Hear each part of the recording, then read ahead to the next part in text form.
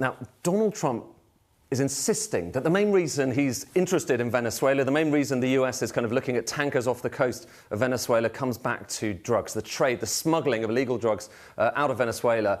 But what if it's not just that? Maybe there's something else going on. What if it's partly about oil? Now, on the surface, you might be thinking, why does America even need Venezuelan oil? And I can kind of understand your point, because if you look at just total oil production, look, this is up until 2005, the US was there, Venezuela was there, Saudi Arabia was there.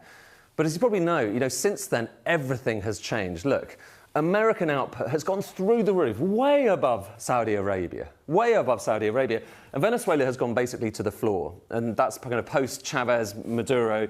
They're one of the minnows now, and I think 21st biggest producer in the world. So again, that question, why should America care?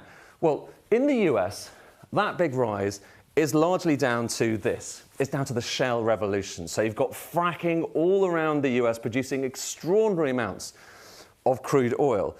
And here's where we get to the interesting bit. Because when you're thinking about crude oil, maybe you're just thinking about, well, look, barrels of oil. It's all the same, isn't it? Well, actually, no. So if you kind of look at crude oil, there are various different types of crude in different parts of the world. There's actually kind of various different ways you can categorize it. But one way you can look at it is look at the kind of density. So you're basically looking at how thick that crude is. And when I say thick, I mean literally how thick. This is showing you global production broken down by the density of that oil. And so you've got the kind of medium stuff. And this is probably, if you've got kind of image in your mind of what crude oil looks like, it's a bit like this, it's kind of black, but it's not too viscous, it flows around. But there's other stuff as well. So this is light crude. And it kind of almost looks like a smoothie, doesn't it? And that's the same stuff. This is still crude oil, but down to the kind of geological and the biological conditions in the ground when it was being formed, hundreds of millions of years ago, it comes out looking a bit different. And so that's light. You've also got heavy stuff. And it's kind of relatively small in global production. But this is gloopy, super viscous stuff. Heavy oil. So heavy, medium, light. Remember that. And remember also, the key thing here is, you get it out of the ground, it may look like that, but ultimately, you still need it to go into, someone's car, or indeed, be turned into chemicals. Basically, you need to process it. And that processing, that happens in places like this, in refineries. And there are refineries all over the world, of course. There are refineries all over the US as well. There's kind of more than 100 of them. And if we kind of look at where those refineries are, well, so there's some in California. So the history in America, actually, historically, a lot of the early Californian oil, that was the heavy, gloopy stuff. And if you look at kind of some of the refineries in America, so here are some of the refineries. There's one in LA there. These are the 10 biggest.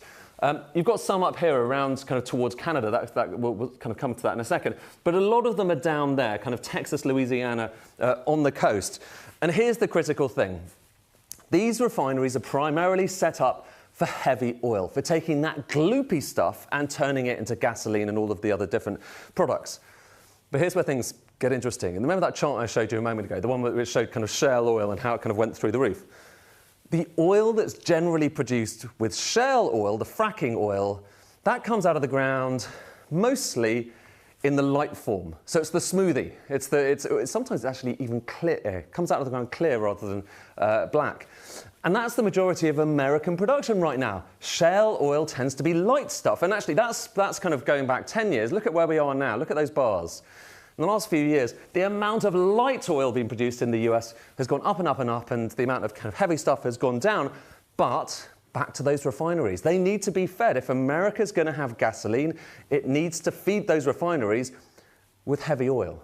So if you look at the kind of imports coming into America, in recent years, even though America is producing so much oil, more oil than it ever produced before, it still needs to suck in loads of oil from overseas.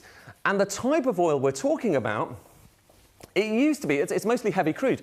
It used to be only 12%. So only 12% of imports were heavy, gloopy crude. Now, it's about 70%. So 70% of the oil coming into America, which it needs to basically keep its economy going, is heavy crude. And where does heavy crude come from? Well, here are some of the big countries where you find most of it. It's Canada and Venezuela. There's one other I'll come to in a second, which we'll come back to. But it's Canada and it's Venezuela where you get most of this heavy crude oil, which is why, back to think about where those refineries are, they're mostly set up kind of, you've got some in the north there to get the heavy oil coming out of Canada, and you've got some around the kind of Louisiana and elsewhere and Texas to get that heavy oil that comes in from Venezuela. That was kind of the way they were set up. And it's really expensive to rebuild these things. You can't just chuck out a refinery very easily overnight. Some came from Mexico and the Gulf of Mexico as well, and that was pretty heavy too. So that's the picture in America. And the upshot is, even though America is producing more and more oil, the imports, this is showing you imports of oil into America, are still really high.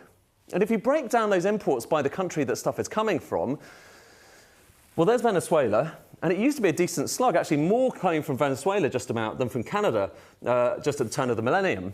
But now look at what's happened since. Right now, Canada has gone from 15% of all of the US imports of oil to 61%. 61%, and Venezuela is basically next to nothing. But here's what's tantalizing, and here's the reason I think that a lot of people are looking towards Venezuela and thinking, well, there's more to this than just drugs.